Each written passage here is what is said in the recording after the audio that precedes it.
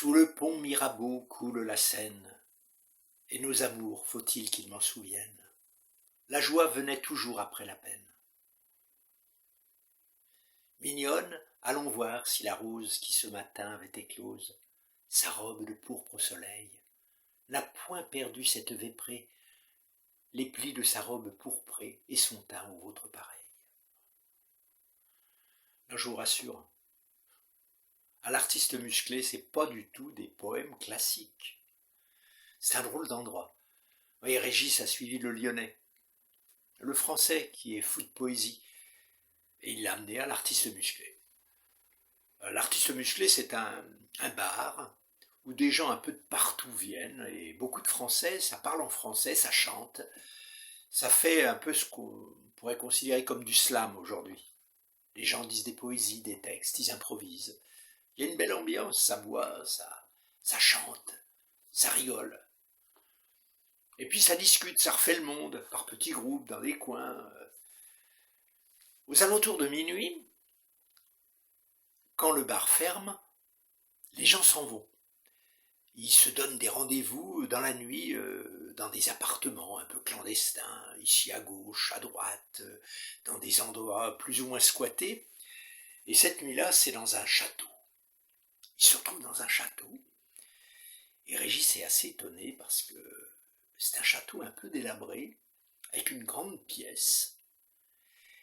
Et il y a des lumières fluo, il y a des bêtes empaillées, il y a un feu de bois dans lequel les gens lancent des saucisses pour les faire cuire, on boit du whisky, on boit du vin rouge, il y a une drôle d'ambiance un peu surréaliste. Alors, est-ce que ce sont tous des poètes? C'est pas sûr. Régis a du mal à séparer la paille de l'ivraie. Oui, il y a beaucoup de postures, des gens qui se donnent l'air d'être des poètes. En tout cas, il y a une bonne ambiance, et puis les gens se lâchent. Il y a des fois des gens qui se mettent à danser, il y en a qui se déshabillent, il y en a qui font des jeux surréalistes. Ça, il aime bien, Régis. De l'improvisation. Les marabouts.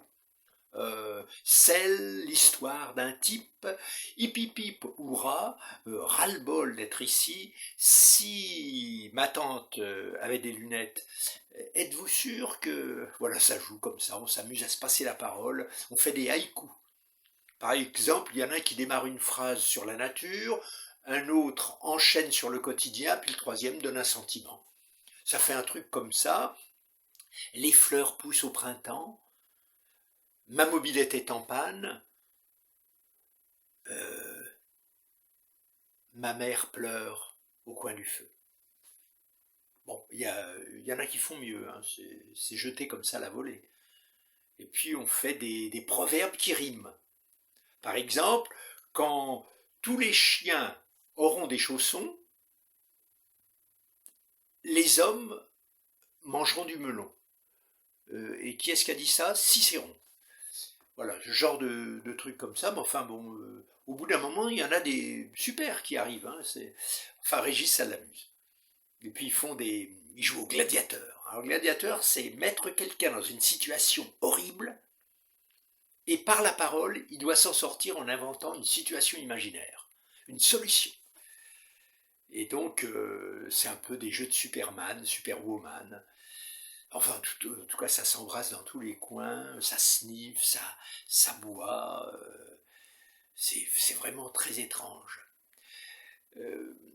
Régis se sent un petit peu entre parenthèses, et ça ne lui déplaît pas. Même s'il n'a plus de sous, il passe ses soirées, il ne sait pas comment il va loger le lendemain, mais ça ne lui fait rien, il oublie le quotidien, il est dans la poésie et dans l'invention des choses, à brûle-pourpoint. Seulement, cette nuit-là, dans le château, à un moment donné, on frappe à la porte. En fait, ce sont les policiers. Oui, quelqu'un a dénoncé le bruit qu'il y avait à l'intérieur du château, et les policiers rentrent et commencent à fouiller tout le monde, à regarder ce que les gens boivent et fument. Enfin, il y a une ambiance tout à coup qui est à l'arrêt, et chacun pour soi. Régis réussit à se sauver dans un couloir, il ouvre une porte, il descend un escalier, il finit par se retrouver dans un souterrain et se sauve par un tunnel.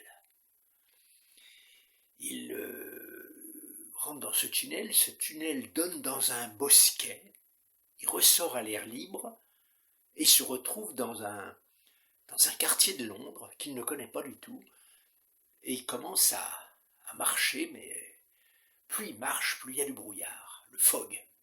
Il voit absolument rien devant lui, il est obligé de traverser les rues à tâtons, en espérant qu'il n'y ait pas une voiture qui traverse au bon moment, parce qu'il n'aurait pas le temps de la voir. Il avance dans la nuit, en errant, il ne sait pas où il va, et simplement il suit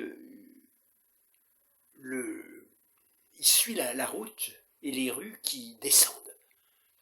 Il se dit, j'arriverai bien quelque part au bord de la Tamise. Et après 2 heures de marche, il parvient effectivement au bord de la Tamise. Il voit une lueur, il commence à s'approcher, et ce sont des gens qui sont attroupés. Il y a même des gens qui jouent de la guitare, et en s'approchant encore plus, il aperçoit quelqu'un qu'il connaît.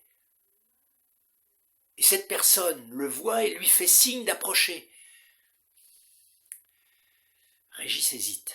Il aurait plutôt envie de revenir en arrière, de repartir dans la rue et puis de trouver un pub qui ouvre. C'est le matin, et il pourra boire un caouet et se réchauffer un peu, puis remettre ses idées en place. Vous, qu'est-ce que vous choisiriez? Aller à la rencontre de la personne connue, ou bien aller dans un pub pour enfin se réveiller? C'est à vous de choisir.